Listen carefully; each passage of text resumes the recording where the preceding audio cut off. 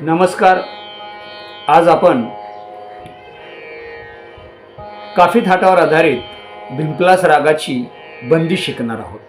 काही जणांना बंदिश हा शब्द समजत नाही, तर बंदिशीलाच गीत किंवा चीज असं म्हणतात. भिंपलास रागाला लागणारे स्वर गांधार निषाद कोमल असून बाकीचे सर्व स्वर शुद्ध आहेत. वर्ज्य स्वर आरोहामध्ये ऋषभ आणि धैवत वर्ज्य असतात.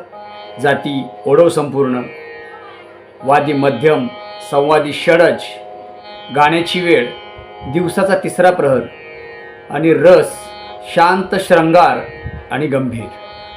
तर सुरुवातीला ऐकूयात भिंपलास रागाचा आरोह. नि सा गा मा पा नी सा. आता अवरोह. सा नी ध प म ग रे सा. आता भिंपलास रागाची पकड ऐकूयात. नि सा गा मा पा गा मा ग रे सा. आता यानंतर ऐकूयात भिंपलास रागाची बंदिश. बंदिशीसाठी आपण त्रितालाची निवड केलेली आहे. तालाची लय 130 BPM ची आहे आणि कालापासून म्हणजे 9व्या मात्रेपासून बंदिशीची सुरुवात होते. 1 2 3 4 5 6 7 8. भजमाना निसदीन श्याम सुंदर. भजमाना निसदीन श्याम सुंदर. सुख सागर हरी श्री राधावर. सुख सागर हरी श्री राधावर. भजमाना निसदीन श्याम सुंदर. भजमाना निसदीन श्याम सुंदर. सकल जगत के जीवन धन प्रभु. सकल जगत के जीवन धन प्रभु. करत कृपानित निजवाखन पर. करत कृपानित निजवाखन पर. भजमाना निसदीन श्याम सुंदर. भजमाना निसदीन श्याम सुंदर. भजमाना निसदीन. भजमाना निसदीन. भजमाना निसदीन श्याम सुंदर. आता आपण शिकूयात भिंपलास रागाची बंदिश हार्मोनियमवर कशी वाजवायची. तत्पूर्वी सुरुवातीला रागाचा आरोह पाहूयात. नि सा गा मा पा नी सा. आणि आता अवरोह. सा नी ध प म ग रे सा. आता ऐकूयात रागाची पकड किंवा मुख्य अंग. नि सा गा मा पा गा मा ग रे सा. तत्पूर्वी ज्या तालामध्ये आपल्याला गीत गायचंय त्या तालाविषयी थोडी माहिती आपण पाहूयात. तर त्रिताल हा 16 मात्रांचा ताल असतो. 4 खंडामध्ये त्याचं विभाजन केलं जातं. सम पहिल्या मात्रेवर म्हणजे आपल्याला जिथं एक्स दिसतोय ती पहिली मात्रा आहे तालाची. आणि काल 9व्या मात्रेवर म्हणजे ज्या ठिकाणी आपल्याला 0 दिसतोय तिथं 9वी मात्रा आहे तालाची. तर ही जी बंदिश आहे ही 9व्या मात्रेपासून म्हणजे कालापासून सुरू होते. तर ज्यावेळेला आपल्याला डिजिटल तालाबरोबर सुरुवात करायची असते त्यावेळेला ज्या ठिकाणापासून टाळ वाजेल ती सम असते. समेपासून 8 अंक मोजायचे म्हणजे 9व्या मात्रेपासून बरोबर आपली तालाबरोबर बंदिश गायला सुरुवात होईल. आता बंदिश शिकत असताना नेहमी एक गोष्ट लक्षात ठेवायची, ज्याप्रमाणे ताल समजण्यासाठी खंड पाडले त्या खंडानुसारच आपण प्रॅक्टिस करायचं. म्हणजे प्रत्येक खंडातला स्वरांचा सेपरेट सराव करायचा.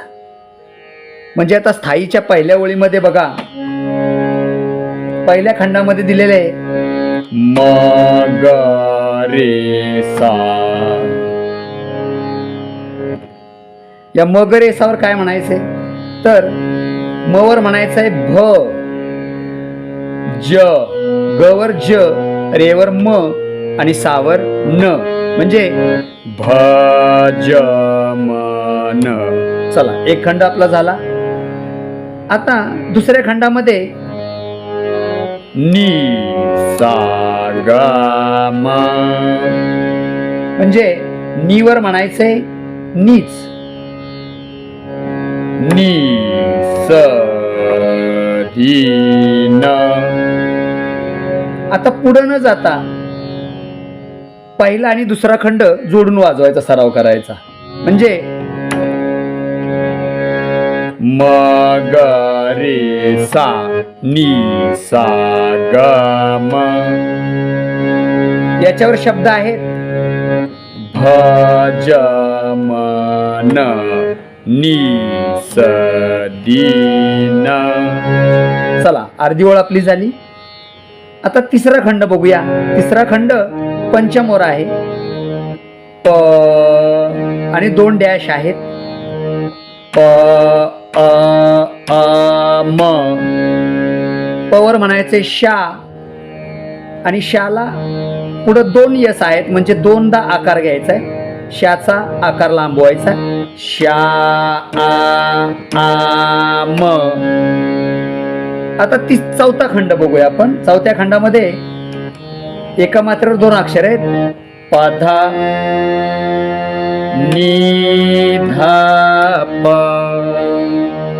म्हणजे पधला येणार सुन, सुन. नी पर्यंत सुनचा आकार नी पर्यंत गेलेला आहे म्हणजे सुंदर.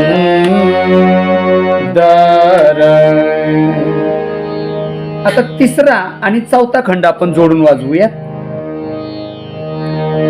पा म पाधा नी धा पा. आता याच्यावर बंदिशीचे शब्द आहेत श्याम सुंदर. आता ही अर्धी अर्धी ओळ आपण गायली. आता पूर्ण ओळ शिकूयात. म ग रे सा नी सा ग म पा म पाधा नी धा प. हे झालं पूर्ण ओळीचं नोटेशन. आपल्याला नोटेशन म्हणायचं नाहीये, आपल्याला बंदिशीचे शब्द म्हणायचे. म्हणजे भज मन नी स दीन श्याम सुंदर. आता ही ओळ आपण तालाबरोबर शिकूयात. 1 2 3 4 5 6 7 8. भज मन नी स दीन श्याम सुंदर. भज मन नी स दीन श्याम सुंदर. आता शिकूयात स्थायीची दुसरी ओळ. दुसरी ओळ पहिल्या खंडामध्ये पाणी सा आ त्याच्यावर म्हणायचंय सुख सा आ, सा नंतर डॅश आहे म्हणजे इथं आकार घ्यायचा आहे. म्हणजे सुख सा आ. आता दुसरा खंड नि धा पा मा, त्याच्यावर शब्द आहेत. निवर ग म्हणायचा आहे, धवर र, पवर ह आणि मवरी गरहारी. म्हणजे पूर्ण ओळ जर आपण बघितली तर पाणी सा आ नि धा पा मा. आता याच्यावर शब्द म्हणायचे बंदिशीचे. सुख सा आगर हारी. चला अर्धी ओळ आपली तयार झाली. आता तिसऱ्या खंडामध्ये पहिल्या मात्रेवर पुन्हा 2 अक्षर आहेत एका मात्रेवर. पाधा पुढं नी धा पा, म्हणजे पदावर श्री. आता श्रीच्या पुढे यस आहे, श्रीला वेलांटी आहे म्हणजे तिथं आकार येणार नाही, इकार येणार. म्हणजे ध वर यस आहे आणि नीवर यस आहे. याचा अर्थ ध आणि नीवर श्रीच्या वेलांटीचा इकार न्यायचा. श्री. पुढं धवर रा, रा पवर आ, कारण राला आकार आहे त्यामुळं पवर आ म्हणायचंय. म्हणजे पूर्ण खंड असा होईल हा. पधनी धा पा श्री रा. आता चौथ्या खंडामध्ये मग रे सा, म्हणजे म वर धा म्हणायचंय, ग वर कोमल ग वर यस आहे म्हणजे धाचा आकार धा आ वर. आता ही अर्धी ओळ आपण एकत्रित वाजवूयात. पाधानी धा पा मागा रे सा. त्याच्यावर शब्द असे श्री रा वर. आता हीच ओळ पूर्णपणे अशी होईल. पाणी सा नि धा पा मा, पाधा नि धा पा मा गा रे सा. हे झालं त्या ओळीचं नोटेशन. पण आपल्याला बंदिशीचे शब्द म्हणायचे. सुख सा आगर हारी श्री रा धावर. आता ही चोळ आपण तालाबरोबर शिकूयात. 1 2 3 4 5 6 7 8.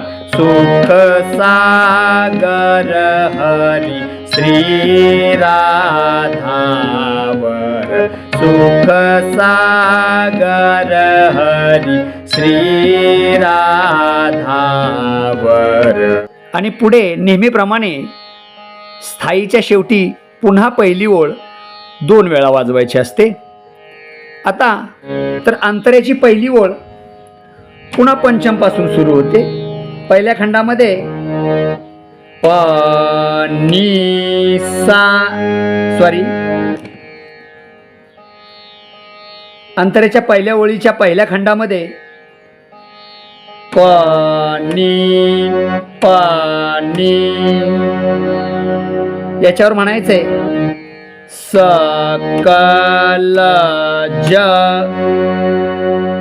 आता दुसरा खंड सा सा सा आणि पुढे डॅश आहे म्हणजे आ.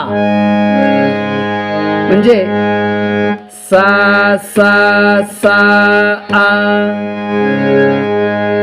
सावर म्हणायचंय ग त के ए. आता अर्धी ओळ आपण वाजवूयात. पाणी पाणी सा सा सा आ. याच्यावर शब्द म्हणायचे सकल जगत के ए. आता तिसऱ्या खंडामध्ये बघूयात. पुन्हा पाणी पाणी सा ग तार सप्तकाचा ग आहे. पाणी सा ग म्हणजे जी निवर यस आहे आणि जी ला वेलांटी आहे म्हणजे जीचा इकार निवर येणार. जीवन. आता चौथ्या खंडामध्ये रे रे तार सप्तकाचा रे रे रे सा सा. धन प्रभू. आता ही अर्धी ओळ आपण पुन्हा एकदा पाहूया. जीवन धन प्रभू.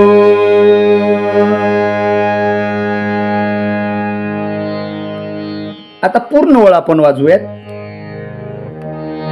पाणी पाणी सा सा सा आ. पाणी सा ग रे रे सा सा. तर हे झालं अंतरेच्या पहिल्या ओळीचं नोटेशन. पण आपल्याला शब्द म्हणायचे सकल जगत के ए. जीवन धन प्रभू. आता हीच ओळ आपण ताला बरोबर शिकूयात. 1 2 3 4 5 6 7 8. सकल जगत के जीवन धन प्रभू. सकल जगत के जीवन धन प्रभू. आता शिकूयात अंतरेची दुसरी ओळ. दुसरी ओळ तार सप्तकाच्या षड्जापासून सुरू होते. तर पहिल्या खंडामध्ये सारे सारे त्याच्यावर म्हणायचंय करत क्रो. दुसऱ्या खंडामध्ये नी नंतर डॅश आहे. नी ई धाम म्हणजे नीवर पा म्हणायचा. पा आ. पाला काना आहे म्हणजे आकार आहे. पा आ नी त. आता ही अर्धी ओळ आपण एकमेकाला जोडून वाजवूयात. सारे सारे निधामा म्हणजे शब्द म्हणायचे त्याच्यावर करत कृपानित. ही झाली अर्धी ओळ. आता तिसऱ्या खंडामध्ये पाणी धाप. आता शब्द बघा. प वर नी म्हणायचा आहे आणि